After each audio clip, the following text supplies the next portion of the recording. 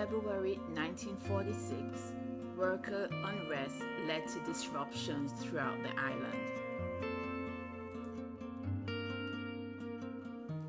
On the night of the 15th of February, a strike of train crews on the government railway was called, resulting in a complete stoppage of traffic and the holding up of bananas destined for the United Kingdom. All prison warders went on strike on February 16th.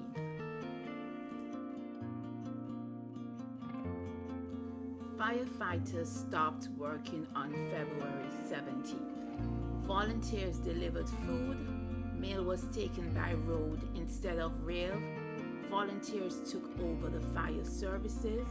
About 250 special constables were called up for duty. Lay citizens were enrolled for security duty.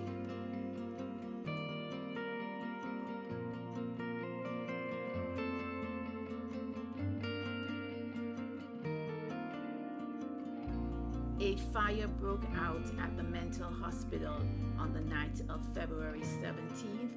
At least 15 inmates lost their lives. Don't forget to like, share, and subscribe.